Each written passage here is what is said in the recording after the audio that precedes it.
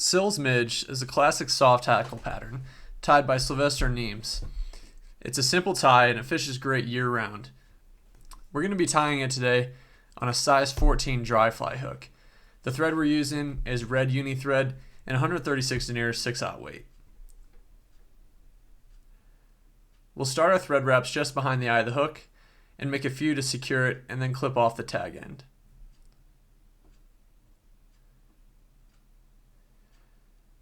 Next, we're going to tie in our hackle.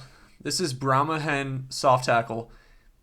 This is dyed in blue dun and it has a nice speckle to it. It looks pretty similar to partridge and it's a great substitute if you don't have any partridge on hand. What I'm doing is clipping off about 10 to 15 fibers from the hackle, and this isn't a fly that we want to over hackle. Less is more with this fly. Pinch them together and then holding the butt ends, we're going to tie them in, and you're going to kind of have to roughly gauge the length of the hackle fibers you want. I like to match them up to be about the length of the hook shank. And then we're going to make about 2 securing wraps and trying to get a nice cone shape of hackle fibers around that eye of the hook. This is tricky and you'll have to play with it your first few times to get the feel for it. It'll help is make sure at the end when we go to press our hackle fibers back that it creates a nice 360-degree cone around the fly instead of just having all of your hackle fibers stacked on the top or on the sides. Once we've tied those in, we'll go ahead and make our thread wraps back just to the bend of the hook. And here we're going to tie in just a piece of tippet. So here's another great use to repurpose some of your old tippet that you've clipped off. We're going to end up using this as ribbing, but not for aesthetics. This is going to help add durability to our Peacock Herl. So we'll go ahead and tie in our Peacock Herl here.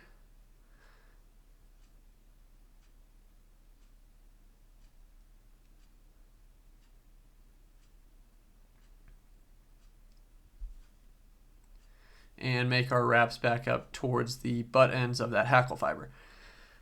As we wrap our Peacock Herl up towards the front, we want to make sure we're keeping it nice and tight with touching turns. This will help because as we go to wrap the tippet material, it's going to press down some of those Herl fibers a little bit, and you don't want the body to be too sparse.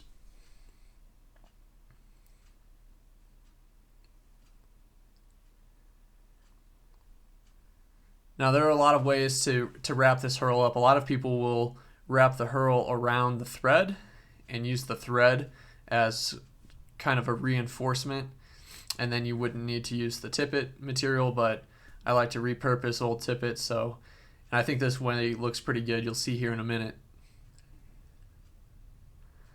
And we'll go ahead and secure off that Herl and snip it, and we can go ahead and begin making our wraps with our tippet. You can counter wrap here if you want. I'm just going to wrap in the same direction as the Herl fibers, and I haven't had any issues doing this so far. This makes it easier to tie off the tippet material as well. If you counter wrap it, a lot of times what happens when you go to tie off whatever you're using to rib, it'll slip because it's going in the opposite direction of the way that you're wrapping your threads. So now we're ready to pull and preen back these fibers. Again, this is more of an art. It takes a little bit of finesse, but with a couple flies of practice, you'll get the hang of it. And once we've kind of preened these back, we're going to go right in front of them and make our finishing wraps and clean up the head area just a little bit.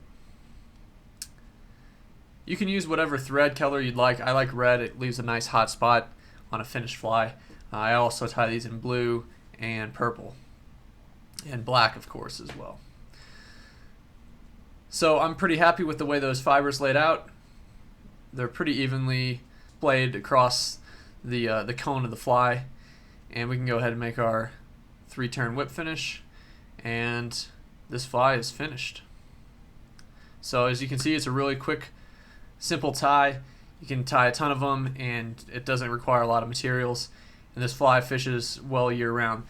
Again, this is on a size 14 hook, but you can shorten the body if you'd like, and you can tie a size 18 or 20 fly on a larger hook, and I do that as well. So let's see how this fly fishes on the water.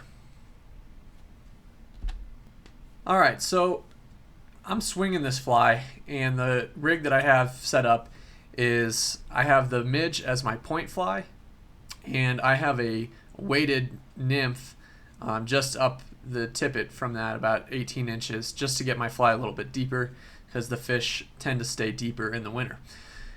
This is in December on the Arkansas River, and I just hooked into this fish on the swing.